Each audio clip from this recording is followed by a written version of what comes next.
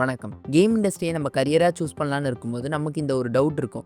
Game designer, game developer 2ம் ஒண்ணா? இதில நம்ம எத சூஸ் பண்ணோன்ற டவுட் இருக்கும். இத நம்ம எப்படி பார்க்கலாம்னா, ஒரு ஆர்க்கிடெக்டும், ஒரு ஸ்ட்ரக்சரல் இன்ஜினியரும் ஒரே வேலைய செய்வாங்களான்றது தான். ஆர்க்கிடெக்ட் ஆக்சுவலா வந்து என்ன பண்ணுவாங்கன்னா, ப்ளூ பிரிண்ட் வந்து போடுவாங்க. பட் ஸ்ட்ரக்சரல் இன்ஜினியர் தான் ஆக்சுவலா அத பில்ட் பண்ணுவாங்க. கேம் டிசைனரும், கேம் டெவலப்பரும் டிஃபரண்டான கரியர் பாத். இந்த வீடியோவோட எண்ட்ல இது 2த்துக்கான எக்ஸாக்ட் டிஃபரன்ஸ் என்ன? உங்களுக்கு எது சூட் ஆகும்? கேம் டிசைனர்ஸ் எக்ஸாக்ட்டா என்ன பண்றாங்கன்றத பிரேக் டவுன் பண்ண போறோம். கேம் டெவலப்பர் ஆக்சுவலா எப்படி கேமை பில்ட் பண்றாங்கன்றதையும் பார்க்கலாம். அது மட்டும் இல்லாம இவங்க 2 பேர் சேர்ந்து நம்மளுக்கு பிடிச்ச மாதிரி கேமை எப்படி கிரியேட் பண்றாங்கன்றதை இந்த வீடியோல பார்த்து தெரிஞ்சுக்கலாம். Let's get started. First game டிசைனரோட வேலை என்னன்னு பார்ப்போம். கேம்ல பிளேயரோட எக்ஸ்பீரியன்ஸை கிரியேட் பண்றது தான் இவங்களோட வேலை. ஒரு கேமோட மெக்கானிக்ஸ், அதுல இருக்க ரூல்ஸ், ப்ரோக்ரஷன், அந்த கேமோட பேலன்ஸ், லெவல் டிசைன் எல்லாத்தையுமே டிசைன் பண்றது கேம் டிசைனர்ஸ் தான். கேம்ல இருக்க ஜம்ப் சாட்டிஸ்ஃபேக்டரியா இருக்கா, அதுல இருக்க சேலஞ்ச் வந்து ஃபேரா இருக்கா, கேம் பிளே ஜென்யூனாகவே ஃபன்னாக இருக்கான்றத செக் பண்ணி ஃபிக்ஸ் பண்ணுவாங்க. நம்ம கேமை இனிஷியலாக ஸ்டார்ட் பண்ணும்போது ஒரு மெக்கானிக்ஸ்க்குமே வந்து டுட்டோரியல் மாதிரி இல்லாமல் அதை வந்து கேம் பிளேலேயே இன்கார்பரேட் பண்ணுறதும் இவங்களோட வேலை தான்.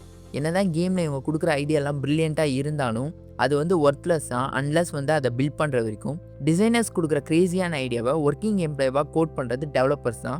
கேமில் இருக்க எல்லா சிஸ்டத்தையும் இவங்க தான் பில்ட் பண்ணுவாங்க. அதுக்கப்புறம் பர்ஃபார்மன்ஸை வந்து ஆப்டிமைஸ் பண்ணுறது தான் டெவலப்பரோட வேலை தான். எப்போவுமே இவங்களோட வேலை கேம் இன்ஜின்குள்ளே தான் இருக்கும், யூனிட்டி, அன்ரியல் இன்ஜின் மாதிரி. இப்போ ஒரு வேலை கேம் டிசைனர் வந்து இந்த கேமில் டபுள் ஜம்ப் வேணும்னு கேட்டாங்கன்னா அந்த சிஸ்டத்தை மேக்ஸ், பூலியன் இதெல்லாம் யூஸ் பண்ணி பில்ட் பண்ணுறது வந்து டெவலப்பர்ஸ் தான். என்னதான் கேம் டிசைனர், கேம் டெவலப்பர் வேறு வேலையாக இருந்தாலும் இவங்க 2 பேர் கொலாப் பண்ணி தான் கேமில் இருக்க ஒரு சிஸ்டத்தையும் பில்ட் பண்ணுவாங்க. டிசைனர் கேம் மெக்கானிக்ஸ்க்கான ஐடியாவை கொண்டு வருவார். டெவலப்பர் வந்து அதை ரஃப்பான ப்ரோட்டோடைப்பாக கிரியேட் பண்ணுவாங்க.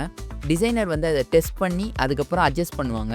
இந்த விஷயத்தை திருப்பி பண்ணுவாங்க அன்லஸ் அந்த சிஸ்டம் வந்து ஒரு சாட்டிஸ்ஃபேக்டரியாக ஒரு ஃபன்னான விஷயமா மாறுற வரைக்கும். நம்ம விளையாடுற நல்ல கேமில் காம்பேக்ட் மெக்கானிக்ஸ்லாம் ஃப்ளூயிடாக இருக்கிறதுக்கு மெயின் காரணம் இதுதான். கேமில் இருக்க டிஃபிகல்ட்டி ஃபிலாசபியை டிசைன் பண்ணுறது கேம் டிசைனர்ஸ் தான். டெவலப்பர்ஸ் காம்பேக்ட் சிஸ்டத்தெல்லாம் ப்ரோக்ராம் பண்ணுறது, ஹிட் பாக்ஸ், அதுக்கப்புறம் அனிமேஷன் எல்லாம் வந்து மெக்கானிக்ஸோட மெர்ஜ் பண்ணுற வேலைலாம் செய்வாங்க. இப்போ கேம் டிசைனரையும் கேம் டெவலப்பரையும் 8 கம்பேர் பண்ணலாம். கேம் டிசைனர் பிளேயர் எக்ஸ்பீரியன்ஸில் ஃபோக்கஸ் பண்ணுவாங்க. கேம் டெவலப்பர்ஸ் வந்து டெக்னாலஜியில் ஃபோக்கஸ் பண்ணுவாங்க.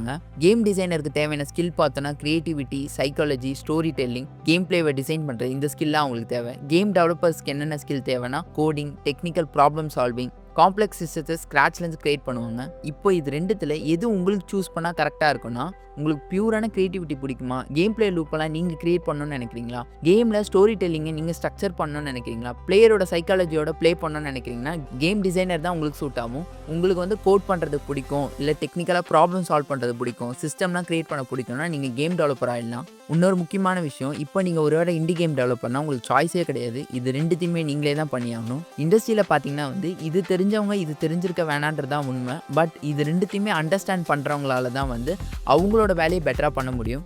கேம் டிசைன் கான்செப்டை பற்றி கேம் டெவலப்பருக்கு தெரியுதுன்னா அவங்களால வந்து பெட்டரான சிஸ்டத்தை பில்ட் பண்ண முடியும். இது 2த்துல எதை நீங்கள் சூஸ் பண்ணாலும் இன்னொன்றத்தை பற்றி பேசிக்காக கற்று வச்சுக்கோங்க. அது பயங்கரமாக உங்களுக்கு யூஸ் ஆகும். கேம் டிசைனர் ஆகணும்னு நீங்கள் முடிவு பண்ணிட்டீங்கன்னா ஃபஸ்ட்டு வந்து கேமை வந்து அனலைஸ் பண்ண கற்றுக்கோங்க. அது மட்டும் இல்லாமல் கேம் டிசைன் ஃப்ரேம் ஒர்க்கை பற்றியும் தெரிஞ்சு வச்சுக்கோங்க. நீங்கள் ஒரு வேளை டெவலப்பர் ஆகணும்னு சூஸ் பண்ணிட்டீங்கன்னா நீங்கள் ப்ரோக்ராமிங் கற்றுக்கணும். C++ வந்து அன்ரியல் இன்ஜினுக்கு யூஸ் ஆகும், C# வந்து யூனிட்டிக்கு யூஸ் ஆகும்.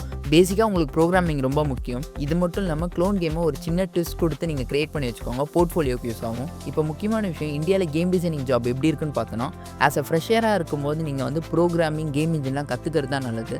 ஏன்னா டேரெக்டாக உங்களுக்கு கேம் டிசைனிங் ஜாப் ஃப்ரெஷராக கிடைக்கிறது கஷ்டம்.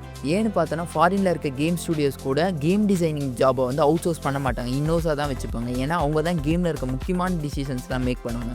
ஸோ நீங்கள் ஸ்டார்டிங்காக வந்து ஒரு கேம் டெவலப்பராக கேம் இன்ஜின் பற்றிலாம் கற்றுட்டு நீங்கள் ஸ்டார்ட் பண்ணிவிட்டு ஃப்யூச்சரில் உங்களுக்கான எக்ஸ்பீரியன்ஸ் ஜாஸ்தியாகும் போது நீங்கள் வந்து கேம் டிசைனராக ஸ்விட்ச் பண்ணிக்கலாம்.